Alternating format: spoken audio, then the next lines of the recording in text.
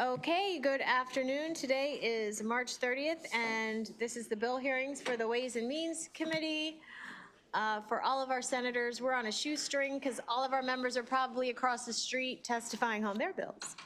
So first, we have Favour Obasilu. Come on up. I know I did not pronounce that correctly, but for Chair Gazzoni.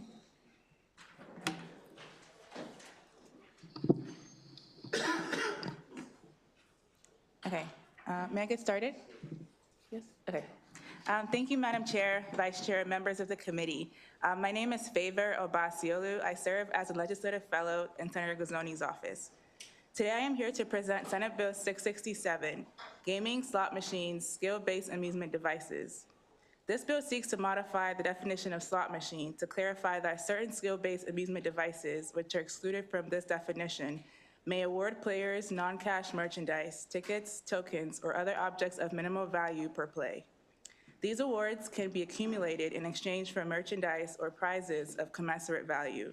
This legislation adjustment aims to align statutory language with existing regulations, ensuring that the operation of such amusement devices remains consistent with state law.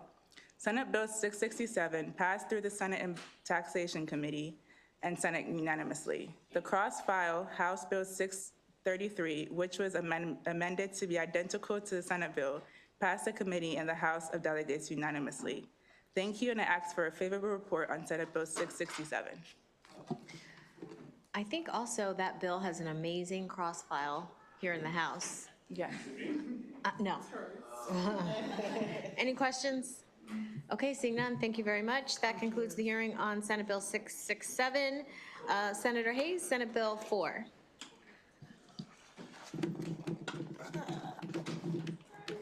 Maybe not. Oh, okay. All right. The chair was stuck to the desk. Interesting. Good afternoon, Madam Chair, Madam Vice Chair, members of the Ways and Means Committee. I'm Senator Antonio Hayes from the 40th Legislative District.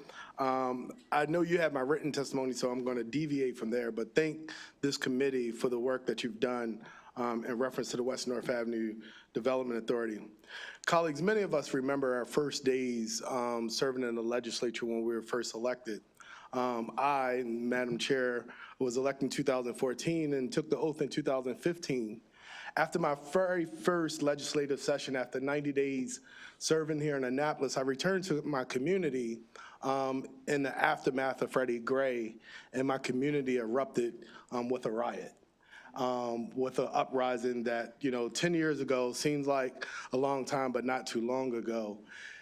In a community that had already seen years and years of disinvestment and devastation and haven't rebuilt since the riots that occurred in 1968 following the death of the Reverend Martin Luther King's assassination.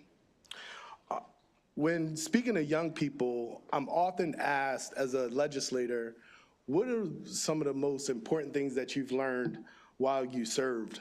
And I remember back in the days that I served here in the House of Delegates in 2017, a year after my first year, I sponsored a piece of legislation called the Keep the Door Open Act because community health providers were closing because we had not increased the reimbursement for those seeking behavioral health in 20 years.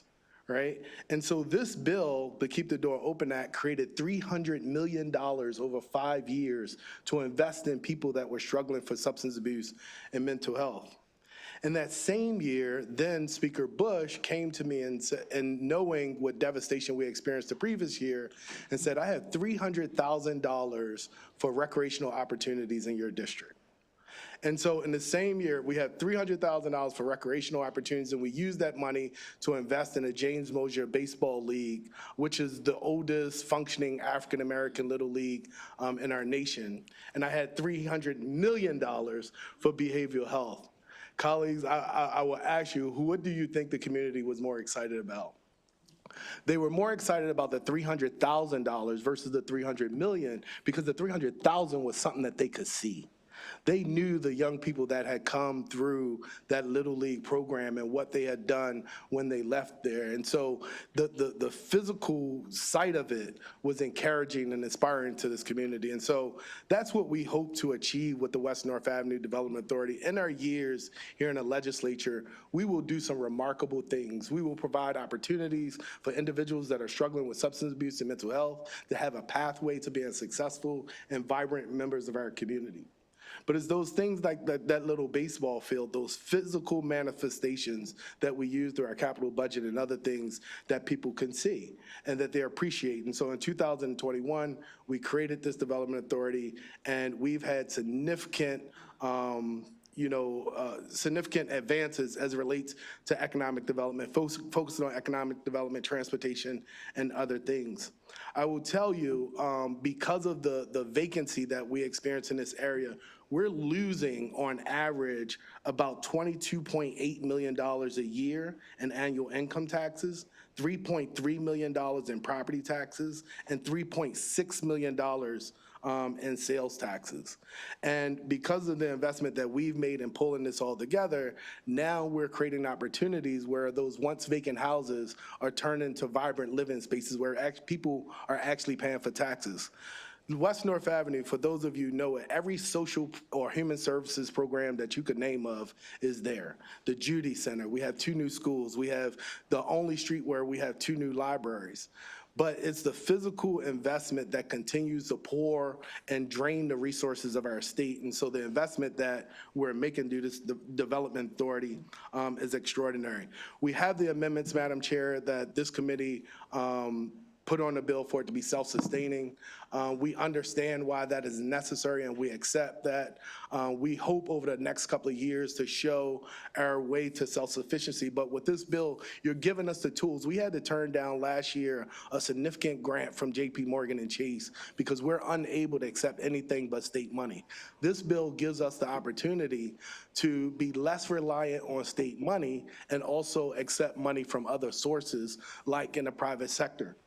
The one thing that I will ask, Madam Chair, of this committee, in addition to the amendments that you all have already adopted, I would like for you all to consider an amendment 2 years ago when we thought we would have more time than 2028. We had been given the authority to suspend the procurement, which allowed us to get money quicker into the community.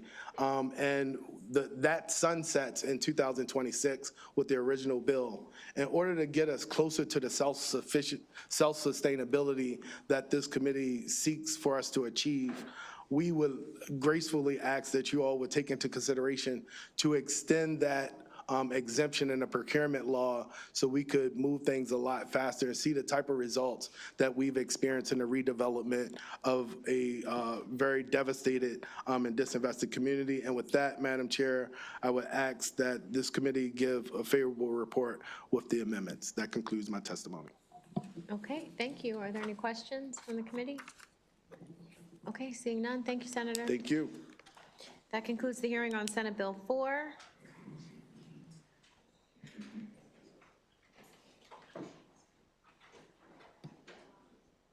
Senator Jackson, Senate Bill 730. Thank you, Madam Chair. Good afternoon. Good The Ways and afternoon. Means Committee. Senator Jackson, District 27, here on behalf of one of the counties I represent, Charles County. The Delegate Patterson was I think, a part of our bill. This is a local bill for Charles County. Charles County Gaming Permit Review Board repeal. Currently, Madam Chair, there is a process by which Charles County has been working with the Gaming Review Permit Review Board. This bill will take that, will repeal that, and those functions will be done by the county attorney's office, who's been really doing the work anyway. So it passed unanimously in the Senate. You should have the letter from the delegation, and we're asking for a favorable report. Okay, thank you. Any questions? Okay, seeing none, thank you. Thank you all very much. That concludes the hearing on Senate Bill 730. Senator Waldstreicher, Senate Bill 86, and you have someone with you?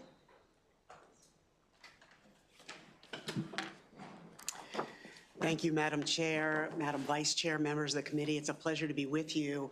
This bill has no cross-file, so this is the first time you're hearing it. And if you look at the text of the bill as we passed it in the Senate, it's not obvious what problem we're trying to solve. So just a quick story to start you off. My son is 15 years old. We got him a cell phone 2 years ago, Madam Chair. I know you're probably going through this as well. And in the 2 years that he's owned his cell phone, I'm guessing he has never made an outgoing phone call. Like, he would think that was weird to make an outgoing phone call. In his vernacular, he'd say it's cringe. And that's why we have the bill in front of you. All of the sports gambling websites and apps indicate that if you have a problem, you should call 1-800-GAMBLER. And I'm glad that number is there. But for many young men, which is the primary customers of these sports wagering sites, they would never think to make an outgoing phone call. And so this bill simply requires that these sites have a link that allows them to get help by accessing these resources through a web page. The apps and the companies that run those apps did not oppose the bill, and it was supported by the Maryland Center of Excellence on Problem Gambling and our Maryland Lottery Gaming and Control Agency. The bill, as it passed the Senate, had an amendment that better reflects the language and that was supported and, in fact, written by both the center and the agency. There was no opposition. The support was bipartisan and unanimous. It is Problem Gambling Month across the nation, and I hope we can receive a favorable report on this bill. Thank you, Madam Chair. Thank you. And yes, my oldest son does not use the phone to make phone calls. I tried to explain that's actually what a phone is for, but you know. Any questions for Senator Waldstreicher? Okay, seeing none, thank you very much. Thank you very much. Senator King, I apologize. Where I'm sitting, I did not see that you were here. So come on up, please. Senate Bill 409.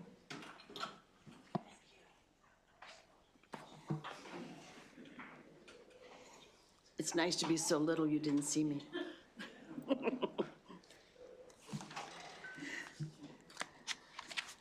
Okay. Madam Chair and members of the committee, Senate Bill 409 is introduced is an exact cross-file of House Bill 97 that was heard by this committee. This legislation will modernize the state's existing industrial development authority by allowing a name change and expanding the uses of funds to reflect the current challenges facing communities across Maryland to enhance economic growth. The Senate made a few changes to the bill. First, they added language that clarifies the authority of the legislative bodies of a county or municipal corporation under the subtitle. And second, the bill now requires the Economic Development Authority to issue an annual report to the legislative body of a county or municipality.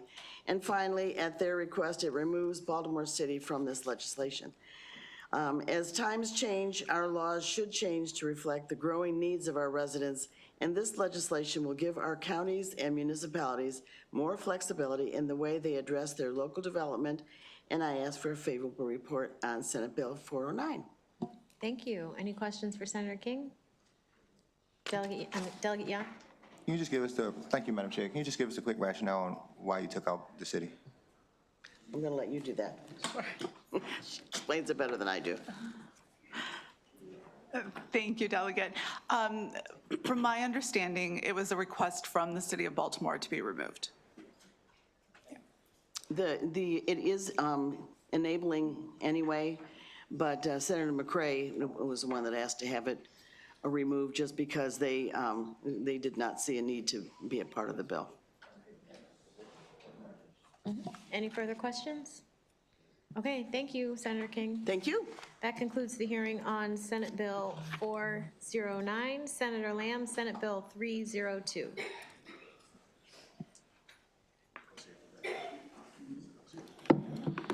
All right. For the record, Clarence Lamb, Senator District 12, here to present Senate Bill 302. Good afternoon, Chair Atterbury, members of the Ways and Means Committee. The quick 2 lines on this bill. This bill is seeking to give TEDCO more flexibility in how they award grants under the Maryland Small Business Innovation Research and Technology Transfer Incentive Program.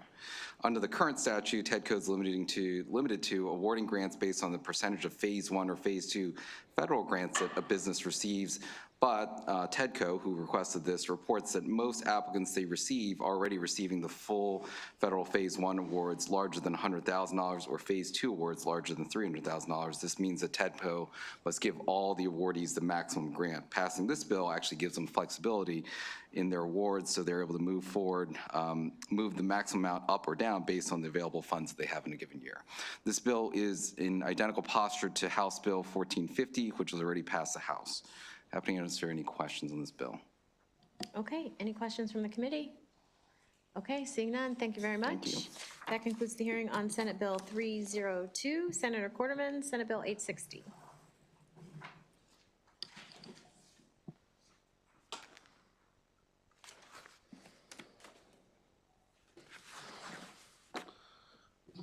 Thank you, Madam Chair, members of the committee. For the record, Senator Paul Quarterman, District 2, Washington and Frederick counties. Here today to introduce Senate Bill 860. It is a cross-file to, I believe it was House Bill 1140 that Delegate Ebersole had with you guys previously. It's in regards to illegal online casinos that are continuing to rip off Maryland citizens. Every year, Maryland residents are conned into wagering an estimated $6 billion on the black market on these so-called sweepstakes casinos, which claim to simply just be a sweepstakes contest. You guys heard a lot of debate about that during your previous hearings. I won't go into too many of the details exactly on all the specifics of that, but I think I saw that anyone can Google it any number of times. Maryland casinos, you get all these things that pop up. Obviously, online black market casinos. Players report never getting their money back. Most disturbingly, there are no prohibitions against minors.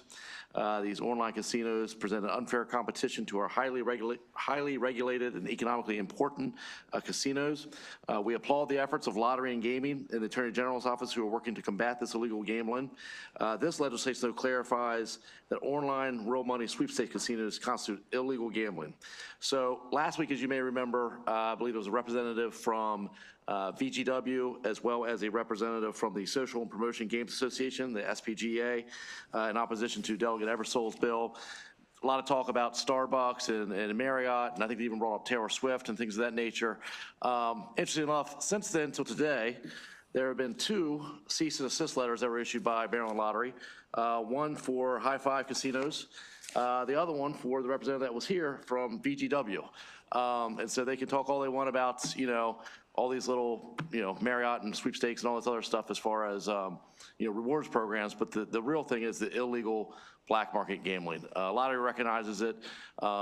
If you go to the website for SPGA, if anyone's ever done that, all their articles are about all the other states that are trying to outlaw this. So clearly this isn't just something that Maryland came up with or something that we're trying to do. This is a systemic problem across the country. And so, what this legislation does is basically try to obviously provide that mechanism for Lottery, because they're not paying attention to the cease and desist orders. There's about 14 of them that have been issued to these different companies, and they're not paying attention to them. We do have 2 amendments that are going to be issued. Both are pretty much technical. The one, though, just kind of does clarify for all the talk about, the Starbucks and things of that nature. When we're talking about dual currency, it allows Lottery to make that determination. I think everyone can understand and agree here that Lottery has no interest of shutting down people's coffee rewards, but they do have an interest of, getting rid of illegal iGaming, basically. So those will be sent in there. The second amendment is basically just adds the word "or," and what that does is basically allows the mechanisms to be put in place. So when they're trying to shut these things down, everything can be accomplished. Both these amendments have been approved by Lottery and Gaming, and with that, I'm happy to answer any questions, and thank you for your consideration. Wish for a favorable report. Okay, thank you. Any questions from the committee? Okay, seeing none, thank you very much. That concludes the hearing on Senate Bill 860. Senator McCray, come on up. Senate Bill 295. Always good to see you, Madam Chair. Great to see you too. Madam Vice Chair, and members of the committee. For the record, Corey McCray, Senator for the 45th Legislative District. And as Madam Chair stated here in reference to Senate Bill 295, I'd just also like to give a shout out to Delegate Wims, the cross-file for Senate Bill 295. I think that you sent me a text, Madam Vice Chair, in reference to like another arbitrary barrier removed from that standpoint. Colleagues, you already heard Dr. Johnson's story when she came before this committee. And Madam Chair, if I can humbly ask for like one thing in this bill, there was a floor amendment that was put on in reference to elected officials not being able to participate in the program if for whatever reason. I do not like support anybody committing actions that they do not belong committing. But what I would say is that elected officials, just like anybody else, cannot pay their taxes while they are incarcerated. So they cannot pay their taxes and shouldn't be accruing any type of interest or penalties while they're incarcerated. They still would have to pay their taxes, Madam Chair, but like it's no possible way for that to happen. So I think that we may send the wrong message when we're talking about barriers, when we're talking about folks that are returning home from that standpoint, if we go that direction by saying this subset of people, if they are in this situation, have no possible way of doing it, would still be accruing these penalties and interest. And that's the only thing that I would ask. But I just want to lift up and thank him again for this work, this important work, because I wasn't aware of it, that it was actually taking place and couldn't believe it was taking place. And thankful that we're in the state of Maryland are always moving in the right direction. Thank you. Yes, ma'am. Questions? Delegate Roberts. Thank you, Madam Chair, and thank you for bringing the cross-file to this bill. Senator, I just had a question about your request, though. If an elected official, if it wouldn't apply to elected officials, but if the elected official is incarcerated or just as involved, doesn't that technically mean they're no longer elected? Yeah, they wouldn't be. That is true, too. So that is true, yeah. Just a point of clarification, but okay. Thank you, Madam Chair. It's a good one. Great point, Delegate Roberts. I think I'd be remiss if I didn't lift up our comptroller. Like, her office worked with me and Delegate Wims very extensively to make sure that we can get it in a posture that it would be, the implementation would be good. Okay, all right. No further questions. That concludes the hearing on Senate Bill 295. Senator McCray, Senate Bill 341. Yep. Madam Chair, Madam Vice Chair, members of the committee, for the record, once again, Corey McCray, Senator for the 45th Legislative District. You guys hit home runs all the time, and once again with Senate Bill 341, which is the crossfile of Senate Bill 399 with Delegate Edelson, we passed it out in the same posture as the House, which basically, with the Orioles Park, they would have to have age verification. If they are selling these specific tickets, they have a sunset on the bill. They also have geographic boundaries around the respective stadium, and it passed out the House 136-0. I think the only difference is the geographic boundaries. So you all in the Senate use specific streets. Okay. And we narrowed it to the geographic location of the stadium. I think we would take it in your posture. It wouldn't be a problem with that. Okay. Yes, ma'am. Okay. Other than that, it's the same. Any questions? Okay, seeing none. Thank you, Senator. Appreciate you, but more importantly, I enjoy seeing y'all.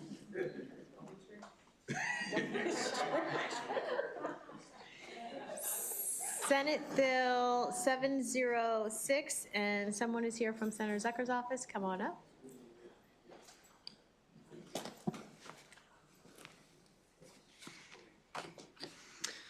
Good afternoon, Chair, Vice Chair, and distinguished members of the Ways and Means Committee. For the record, I am Logan Mitchell, testifying on behalf of Senator Zucker. It is my pleasure to testify on Senate Bill 706. Senate Bill 706 was passed unanimously in the Senate and matches the posture of the House Bill, House Bill 700, as it was heard by this committee earlier this session. Senator Zucker thanks Delegate Allen for his leadership on this bill.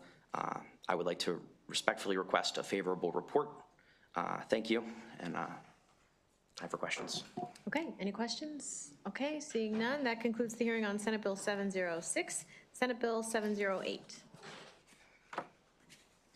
Good afternoon, Chair, Vice Chair, and distinguished members of the Ways and Means Committee. For the record, I am Logan Mitchell, testifying on behalf of Senator Zucker. It is my pleasure to testify on behalf of Senate Bill 708. It was passed unanimously in the Senate after it was amended to include language requested by this committee, which requires the State Lottery and Gaming Control Commission to issue licenses to at least 3 independent evaluators. Senator Zucker would like to thank Delegate Ebersol for his leadership on this. Thank you, and I respectfully request a favorable report. Okay, any questions? Okay, thank you very much. That concludes the hearing on Senate Bill 708. Our last bill, Senate Bill 663, Matt Dudzik from the Comptroller's Office, please.